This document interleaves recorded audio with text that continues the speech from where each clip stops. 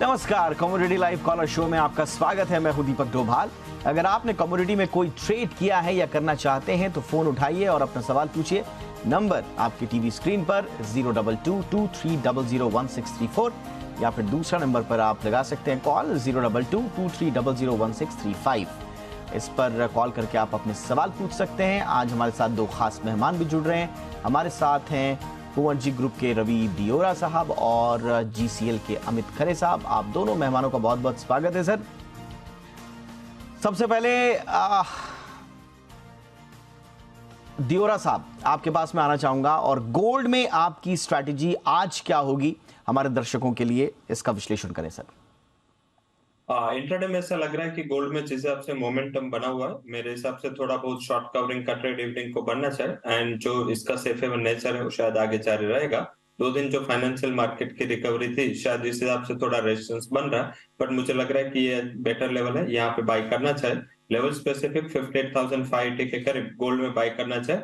59,000 would be target, 58,200 के stop loss के साथ आज बाइंग कर सकते हैं। इंटरनेशनल मार्केट में मुझे 1990 तक के टारगेट दिख रहे हैं, जो अभी 1975 के करीब प्राइसेस ट्रेड कर रहे हैं, तो मेरे हिसाब से एक बेटर लेवल है और ये करेक्शन के बाद एक अट्रैक्टिव लेवल पे आ चुका है, तो यहाँ पे इंट्राडे के लिए बाई करना चाहिए। और अमित जी, आपकी क्या स्ट्रैटेजी रहेगी? दियोरा साहब तो बुलिश दिख रहे हैं गोल्ड पे। जी, मेरे को लगता है अभी चार्ट में थोड़ा सा करेक्शन या फिर प्रॉफिट बुकिंग आने वाले समय में देखने को मिलेगी, क्योंकि प्राइस जो है काफी 55,000 के भाव से लगभग 60,000 के आसपास तक आ गए थे। और यहाँ पे डॉलर इंडेक्स में भी मेरे को लगता है कि 102 101 के आसपास से वापस एक बार एक पुल बैक रैली देखने को मिलेगी। तो लेवल्स की अगर मैं बात करूँ तो अप्रैल वायदा गोल्ड अगर आज 58,800 के आसपास मिलता है तो उसमें एक सेल का ट्रेड मैं रिकमेंड करूंगा। 58,300 तक का इसका टारगेट रहेगा और 59,100 रुपए के ऊपर का एक स्टॉप लॉस रहेगा। चलिए, तो ये है सोने पर हमारे दोनों मेहमानों की स्ट्रैटेजी।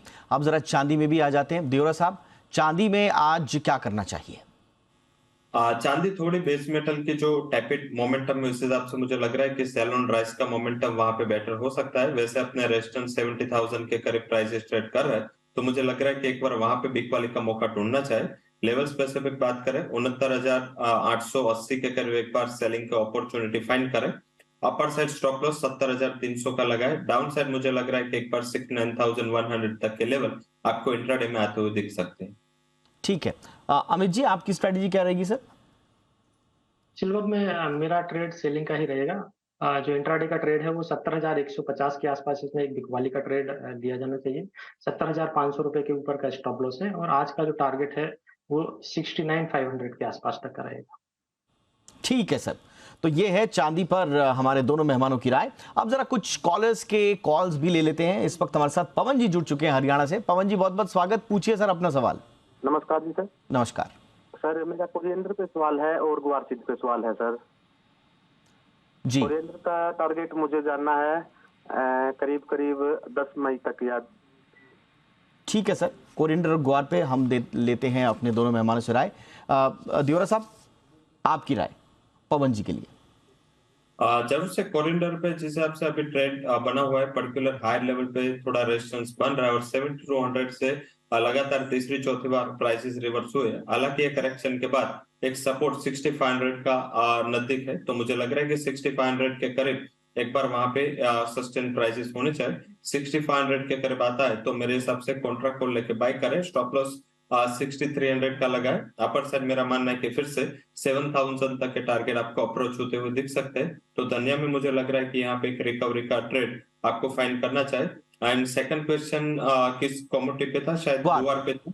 जी हाँ, गुआर का। गुआर पे डेफिनेटली मुझे लग रहा है कि वहां पे 5500 का बेस गुआर सीड में बन चुका है एंड गुआर गम है, वो भी 11,500 के बेस के साथ ट्रेड कर रहा है। बीच में जो क्रूड में करेक्शन आया, थोड़ा कोरिलेशन हिसाब से वहां पे करेक्शन आया था, बट 6,000 तक के लेवल मुझे गुआर सीड में एक्सपेक्टेड है, जो आपने टाइमलाइन दी है, और 12,500 तक के लेवल आप गुआर गम में एक्सपेक्ट कर सकते हो। तो मुझे लग रहा है कि रिकवरी और एक्शन होगी और यहाँ से और 3 से 4% की तेजी की उम्मीद करनी चाहिए। चलिए, तो ये है पवन जी के लिए हमारे मेहमान रवि दियोरा साहब की राय। एक और कॉलर हमारे साथ जुड़ रहे हैं, अनिल साहब अकोला से। अनिल जी, स्वागत है आपका। पूछिए सर अपना सवाल। जी नमस्कार। नमस्कार। इस हफ्ते में सोना 63,000 और अगले हफ्ते में 65,000 हो सकता है। थोड़े पोर्शन थोड़ी ज्यादा है, मतलब रेट थोड़े एक्सेप्टेशन ज्यादा है और कुछ एस्ट्रोलॉजी के अंदर है। तो इस हफ्ते में 63,000 और अगले हफ्ते में 65,000 सोना बनेगा। अच्छा, तो एस्ट्रोलॉजी में जो प्रिडिक्शंस हैं क्या वो रियलिटी में कन्वर्ट हो पाएंगे, ये है सवाल। अमित जी आप जवाब दीजिए इसका सर। देखिए एस्ट्रोलॉजी के हिसाब से तो नहीं, मैं अपना जो है चार्ट के हिसाब से इनको जरूर बता सकता हूँ। या प्राइजेस जैसे अगर थोड़ा सा लॉन्ग टर्म की व्यू की अगर मैं बात करूँ तो प्राइजेस मेरे को लगता है एक बार 57,000 से 57,500 के आसपास तक करेक्ट होने चाहिए। लगभग 1 से 2 महीने का व्यू मैं यहाँ पे बता रहा हूँ। तो 57 से 57,500 के आसपास इनको एक बार खरीदारी करनी चाहिए। प्राइजेस ऊपर में मेरे को लगता है 60,600 या ज्यादा से ज्यादा 61,000 रुपए जो है देखने को मिलेंगे। 61,000 के ऊपर अभी रिसेंट में मेरे को जाता हुआ सोना नहीं लग रहा है। ओके, तो उम्मीद है अनिल जी को उनका जो रियलिस्टिक जवाब है चार्ट्स के हिसाब से वो मिल गया होगा, अमित खरे जी ने जो दिया है। सुमित जी हमारे साथ गुजरात से जुड़ चुके हैं। सुमित जी बहुत बहुत स्वागत। सर पूछिए अपना सवाल। Good evening sir. Good evening. Silver में 1 महीने के अंदर 65,000 आ सकती है। अच्छा, रवि देवरा जी से। सिल्वर पर रवि देवरा जी, सिल्वर पर क्या स्ट्रैटेजी रहेगी सर? सुमित जी का सवाल। 1 महीने के अंदर मुझे लग रहा है कि थोड़ा बहुत यहाँ से प्राइसेस में मुनाफा वसूली का ट्रेंड मिल सकता है, बट ओवरऑल ट्रेंड मुझे नहीं लग रहा है कि जब तक सिल्वर 67,800 के ऊपर हमारी सिल्वर एंड 2270 के नीचे जब तक ये कॉमिक सिल्वर क्लोज नहीं देती तब तक कोई बड़ी वीकनेस के चांसेस नहीं है। बाई चांस अब अगर आपको वॉल्टालिटी में अगर 67,000 तक के भी लेवल मिले तो मुझे लग रहा है कि एक बार बाइंग अपॉर्चुनिटी के दौर पे देखना चाहिए। मेरे हिसाब से 65 का एक अहम सपोर्ट बन चुका है एंड प्राइसेस में मुझे लग रहा है कि एक बार 70,800 से लेके 71,000 तक के लेवल आपको मीडियम टर्म में देखने को मिल सकते हैं। तो कोई भी डिप मिले तो मेरे हिसाब से बाइंग की अपॉर्चुनिटी ढूंढे। अगर आपकी सेल है और आप 65,000 पे बुक करना चाह रहे हो तो इसके पहले 67 के करीब आप सेल पोजीशन में से बुक करके बाइंग पोजीशन में अपनी पोजीशन कन्वर्ट कर सकते हैं। तो 70,000 से 71,000 तक के लेवल्स आ सकते हैं। सुमित जी को 1 महीने का जो आउटलुक उन्होंने पूछा था इस पर है दियोरा साहब की राय। अनवर अब्बास साहब इस वक्त हमारे साथ जुड़ चुके हैं, हमारे एक और कॉलर। अनवर साहब बहुत बहुत स्वागत। पूछिए सर अपना सवाल। Thank you sir. पूछिए सर सवाल अपना। सर मैं ये जानना चाहता हूँ कि मैंथा ऑयल में रुका जाए या और इसे खरीद लिया जाए या बेचा जाए। मैंथा पर ठीक है सर। अमित जी मैंथा पर क्या राय देंगे सर अनवर जी को? जी मैंथा ऑयल अप्रैल वायदे की हम यहाँ पे बात कर लेते हैं। अभी प्राइसेस में जो है 1,000 रुपए से लेके 980 990 की रेंज में एक अच्छा बेस चार्ट पर बनता हुआ नजर आ रहा है। तो मेरा इनका सलाह रहेगा कि 1,000 रुपए के आसपास अगर ये मिलता है कल तो इनको एक खरीदारी का ट्रेंड लेके चलना चाहिए। 985 के नीचे का एक स्टॉप लॉस मेंटेन करके चलें। पहला जो इनका लेवल रहेगा वो 1,020 और दूसरा लेवल रहेगा 1,035। ये लेवल अपने को इस करंट वीक में देखने को मिल सकते हैं। जी, तो ये है मैंथा पर हमारे मेहमान अमित खरे साहब की राय। अक्षय साहब इस वक्त हमारे साथ जुड़ चुके हैं। अक्षय जी बहुत बहुत स्वागत। सर पूछिए अपना सवाल। हेलो जी अक्षय जी। हाँ सर, मेरे पास है ना गोल्ड का हमने सेल किया है जी।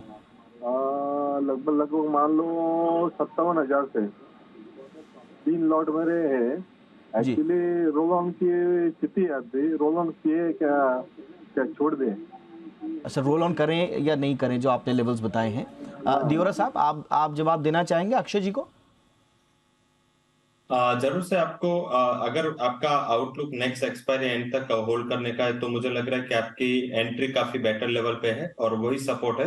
एंड 57,000 के करीब मुझे लग रहा है कि प्राइसेस में एक बार बॉटम बननी चाहिए। अभी क्या करें, आप रोल ओवर ना करें। आप अगर कुछ उछाल मिलता है, अगर 4 से 58,800 58,900 ऐसा कुछ उछाल मिलता है तो आप अपनी पोजीशन जो करंट है जिसमें आप बाइंग में होल्ड है वो पोजीशन से एग्जिट कर दे और जो नई रोल ओवर के लिए आपको बाय करना है वो आप करीबन 58,000 के करीब करें तो आपको 900 से 1,000 पॉइंट का एक गैप भी मिल जाएगा और आप लॉन्ग में रहिए। मुझे लग रहा है कि ये साल गोल्ड का है, गोल्ड में कुछ भी वीकनेस नहीं है। इमीडिएटली कुछ मुनाफा वसूली के पार्ट से कुछ 57,500 ऐसे कुछ लेवल दिख सकते हैं। अदरवाइज मुझे लग रहा है कि ओवरऑल आपको 61,000 तक के लेवल के लिए होल्ड करना चाहिए। तो एक 900 पॉइंट का एक स्प्रेड लेके आप बाइंग पोजीशन में होल्ड कर सकते हैं।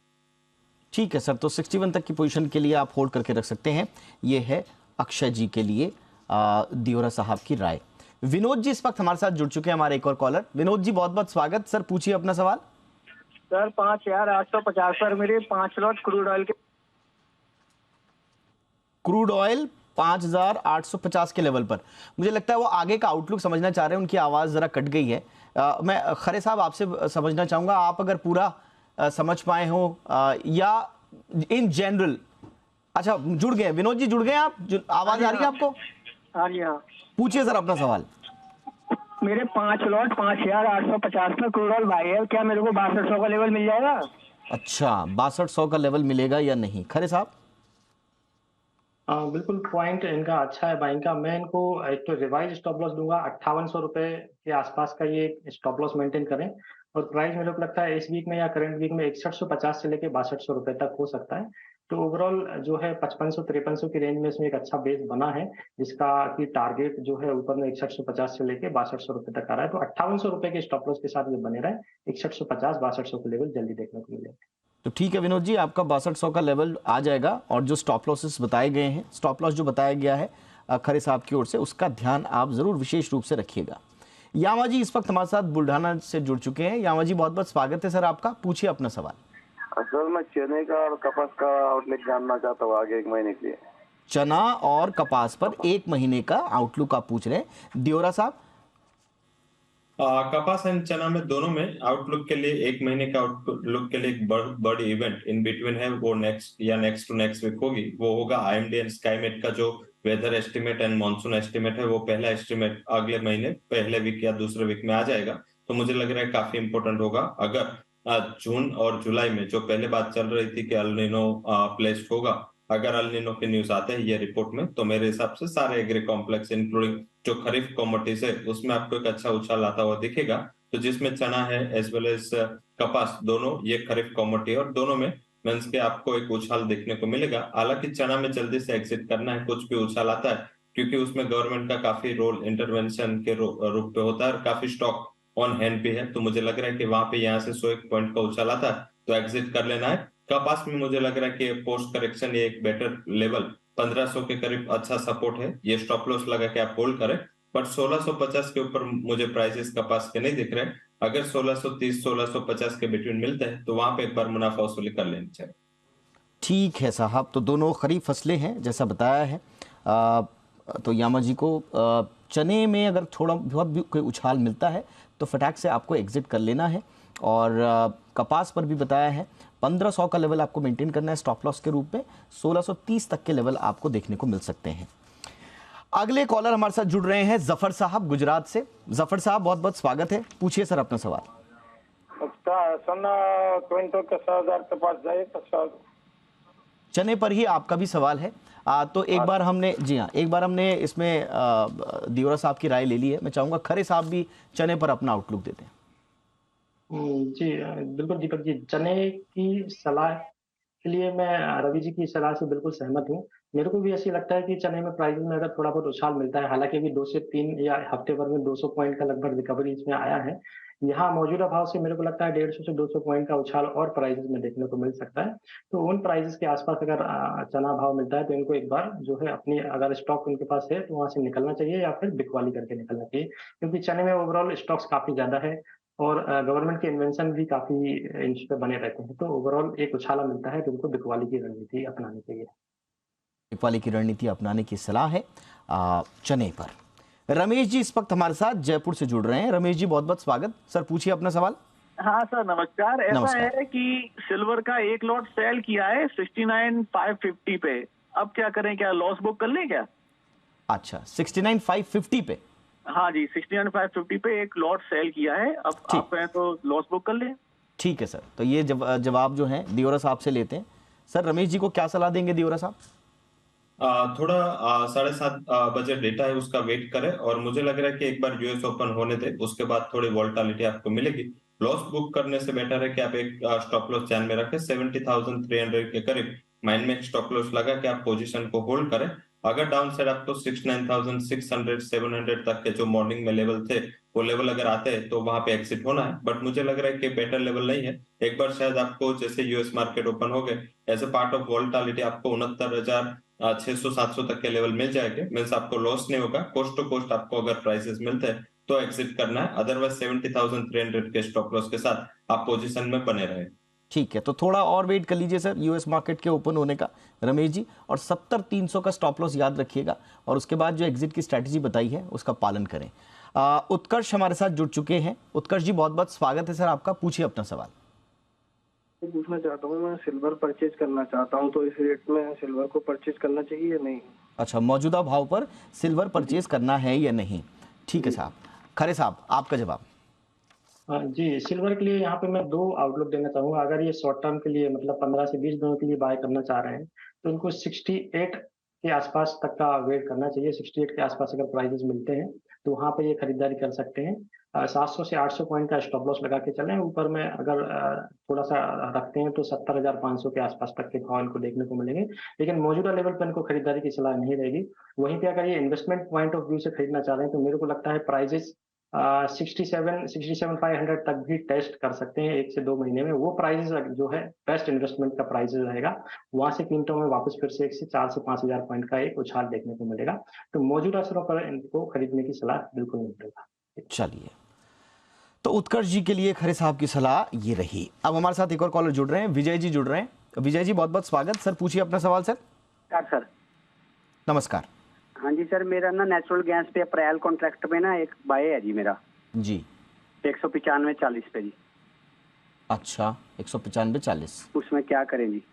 ओके, दियोरा साहब, विजय जी कराया। इसमें आपको लॉस तो 10 पॉइंट का हो रहा है, 11 पॉइंट का लॉस हो रहा है, तो मेरे हिसाब से लॉस बुक करने के वजह आप क्या करें, अगर आपका मीन्स ऑब्जेक्टिव कोस्ट पे निकलना है, 2 स्ट्रेटेजी में आपको देना चाहूंगा। आपका अगर कोस्ट पे ही एग्जिट होने का अगर मीन्स की मन बना है, तो मुझे लग रहा है कि एग्जिट ना हो, उससे बेटर है कि 200 का स्ट्राइक का जो कॉल ऑप्शन है जो करंट मंथ का है उसको बेच दे। तो इससे क्या होगा, आपका जो कोस्ट है वो आपका मीन्स की अगर यहाँ ही प्राइस रहे या इससे नीचे भी रहे तो भी आपको एक बार लॉस नहीं होगा, मीन्स आपका कोस्ट नीचे आ जाएगा और ये करंट मार्केट प्राइस पे आपका कोस्ट आ जाएगा। तो आपको एक बेटर स्ट्रेटेजी है कि आप अगर 1 महीने तक रुक सकते हैं, 15-20 दिन तक भी रुक सकते हैं, तो 200 के स्ट्राइक का कॉल ऑप्शन पोजीशन पे सामने राइट कर दे। इससे आपका कॉस्ट कम होगा और आपको लॉस कम होगा। सेकंड, अगर आप रुकना चाहे तो मेरे हिसाब से एक बॉटम 182 का नेचुरल गैस काफी लेवल से रिवर्स हुआ है, तो आप एक trailing stop loss closing basis पे 182 का लगा ले पोजीशन पे और होल्ड करें। अगर कुछ बाउंस आपके कोस्ट के करीब आता है तो एग्जिट हो जाए। ओवरऑल आउटलुक मुझे लग रहा है कि नेचुरल गैस का वीक है, यहाँ पे ज्यादा ट्रस्ट नहीं करना चाहिए। डाउन साइड मेरे हिसाब से 170-172 तक के लेवल पे दिखने चाहिए, तो आप कुछ भी उछाल आता है उसको एग्जिट अपॉर्चुनिटी के तौर पे देख सकते हैं। ठीक है सर, तो ओवरऑल आउटलुक थोड़ा सा वीक दिख रहा है विजय जी, तो जैसे आपको सलाह दी गई है थोड़ा सा समझ संभल के आपको कदम रखना है। जो भी स्ट्रैटेजी बताई गई है उसका पालन आपको करना है। खरे साहब, अब जरा क्रूड पर आपके आउटलुक को समझ लेते हैं, आपका नज़रिया आगे क्या है। जैसा हमने बताया था कि शुरुआती कमज़ोरी गायब हो गई और ब्रेंट जो है वो लगभग 79 के आसपास जो है वो फिलहाल दिख रहा है। क्या रहेगा आगे चाल क्रूड की सर? क्रूड ऑयल की अगर जैसे थोड़ा सा लंबा व्यू में लेके चलूं, तो मेरे को लगता है 5500-5600 के जो प्राइस हैं वो काफी अट्रैक्टिव प्राइसेस हैं। वहां से प्राइसेस में जो है एक अच्छा मूवमेंट देखने को मिल सकता है। अगर ओवरऑल इस साल की अगर मैं बात करूं, तो वो प्राइस बेस्ट इन्वेस्टमेंट प्राइस रहेंगे। वहां से मेरे को लगता है प्राइस वापस फिर से 6500 से 6700 के आसपास तक देखने को मिल सकते हैं। लेकिन वहीं पे अगर हम इंट्राडे की बात करें, तो इंट्राडे में सिर्फ आज का जो ट्रेड मैंने निकाला है वो 6050 के आसपास जो है, इसमें इंट्राडे के लिए बिकवाली का एक ट्रेड लिया जा सकता है। 6120-30 के रुपए के ऊपर का एक स्टॉप लॉस है, नीचे में 5950 के आसपास तक के टारगेट है जी। एक और कॉलर हमारे साथ जुड़ चुके हैं, कैलाश मोदी साहब। कैलाश जी बहुत बहुत स्वागत है सर, पूछिए अपना सवाल सर। नमस्कार सर। नमस्कार सर, इस वीक के लिए बेस मेटल में क्या ट्रेंड रहेगा? बेस मेटल में इस वीक का ट्रेंड क्या रहेगा दियोरा साहब? बेस मेटल में ट्रेंड काफी मिक्स है। पर्टिकुलर सप्लाई एंड डिमांड दोनों की ओर से कुछ ना कुछ प्रॉब्लम रहा है। पर्टिकुलर चाइना के डेटा है वो काफी डोमिनेंट रहेंगे। जो चाइना के मैन्युफैक्चरिंग पीएमआई आने हैं, मेरे हिसाब से जो डेटा की एक्सपेक्टेशन है वो लास्ट मंथ से थोड़ा खराब डेटा की एक्सपेक्टेशन है, और इस हिसाब से प्राइसेस में एक सीमित दायरे में व्यापार है। 2 स्ट्रेटेजी में बेस मेटल कॉम्प्लेक्स से देना चाहूंगा। पहली स्ट्रेटेजी रहेगी कॉपर में बाय।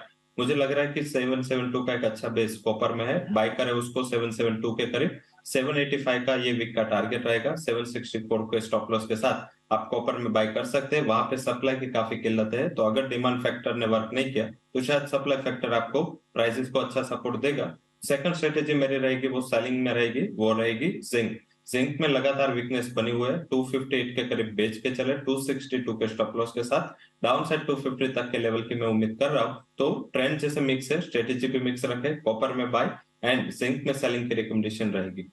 कॉपर में बाय, जिंक में सेलिंग। कुल मिला के बेस मेटल में आउटलुक जो है दियोरा साहब का वो बता रहे हैं कि सीमित दायरे में रहेगा, तो जो भी आपको बताया गया है उस रणनीति का करें पालन। हर्षल जी इस वक्त हमारे साथ जुड़ चुके हैं, हमारे एक और कॉलर। हर्षल जी स्वागत, पूछिए सर अपना सवाल। हेलो जी हर्षल जी पूछिए सर। गोल्ड है शॉर्ट किया हुआ है 57,200 में, वो क्या है, होल्ड करें या रोल ऑन करें, क्या है परिस्थिति आप दी ऐसा? अच्छा, गोल्ड होल्ड करें या दूसरी स्ट्रैटेजी अपनाएं। खरे साहब हर्षल जी को क्या सलाह देंगे सर? जी दीपक जी, हर्षल जी जैसा कि मैंने सुन पाया इनका एक 57,200 के आसपास से एक सेलिंग का ट्रेड है, तो मेरे को लगता है इनको एक स्टॉप लॉस फॉलो करना चाहिए 59,100 रुपए का, और उस स्टॉप लॉस के साथ अगर ये चाहें तो 58,800 या 900 की रेंज में एक फ्रेश सेलिंग की पोजीशन बना सकते हैं। 59,100 रुपए के ऊपर का एक स्टॉप लॉस लेके चलें। मेरे को लगता है 1 से 2 दिनों में प्राइस जो है 58,200 या फिर 57,900 रुपए तक आ सकते हैं, तो एक अच्छा खासा एक एवरेजिंग जो है इनका हो जाएगा। मेरे को लगता है प्राइस 59,000 के ऊपर अभी रिसेंट में 1 से 2 दिनों में निकलना थोड़ा सा टफ है, तो वो एक स्टॉप लॉस रहेगा इनके लिए। ठीक है सर, तो स्टॉप लॉस का ध्यान रखें और जो बताई गई रणनीति है उसका पालन करें। किशोर जी इस वक्त हमारे साथ जुड़ चुके हैं, एक और हमारे कॉलर। किशोर जी बहुत बहुत स्वागत, पूछिए सर अपना सवाल। सर मेरे पास सोयाबीन है 80 क्विंटल, मैं किसान हूँ, तो अगला 15 से 1 महीना क्या व्यू है? सोयाबीन पर 15 दिनों से 1 महीने तक की राय क्या रहेगी? दियोरा सर आप जवाब दे दें सर।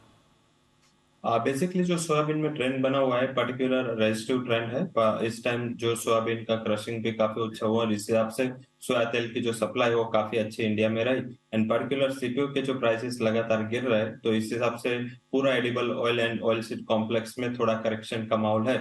मुझे लग रहा है कि ये थोड़ा बहुत माहौल आगे रहेगा, बट आप एक रिपोर्ट तक वेट करें।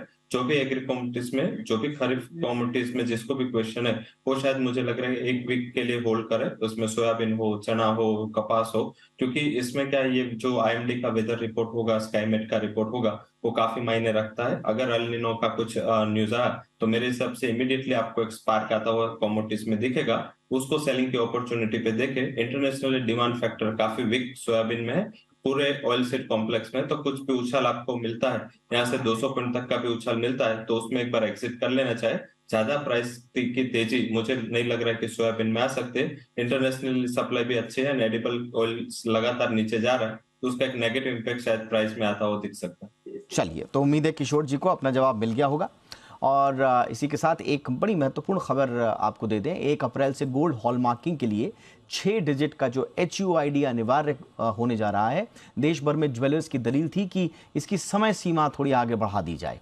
इस पर BIS के DG प्रमोद कुमार तिवारी ने क्या कहा, आइए सुनते हैं।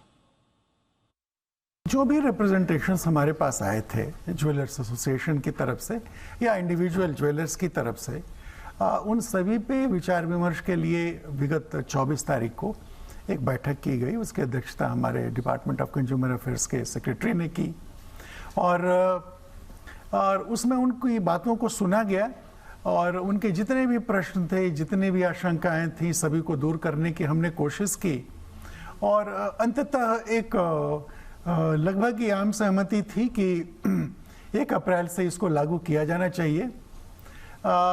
कुछ एक उनके सुझाव थे BIS केयर ऐप में सुधार को लेकर, या हॉलमार्किंग की योजना के बारे में भी कुछ सुझाव थे, तो उनको हमने सुना है और उन पर हमने उन्हें आश्वासन दिया कि हम लोग जल्दी से जल्दी कार्रवाई करेंगे। हम लोग बुलियन के भी को मैंडेटरी सर्टिफिकेशन में लाने की योजना पर काम कर रहे हैं और इस दिशा में बातचीत शुरू हुई है।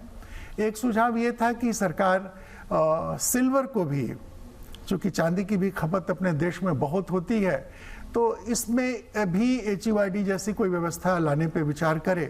तो इस तरह के बहुत सारे सुझाव थे जिनको हमने नोट किया है, अब उस पर कार्रवाई करेंगे। अभी तो 228 जिलों में 288 डिस्ट्रिक्ट्स में मैंडेटरी है, 51 डिस्ट्रिक्ट्स में और नए ASC खुल गए हैं, तो अब उनको भी जल्दी ही इनमें शामिल कर लिया जाएगा। चलिए, तो इसी के साथ आज के एपिसोड में इतना ही। शुक्रिया करेंगे रवि दियोरा साहब का, और अमित खरे जी का भी बहुत बहुत शुक्रिया हमारे साथ जुड़ने के लिए और हमारे दर्शकों के इतने सारे सवालों का जवाब देने के लिए। आप दोनों का बहुत बहुत शुक्रिया। इजाजत दीजिए, देखते रहिए जी बिजनेस। नमस्कार।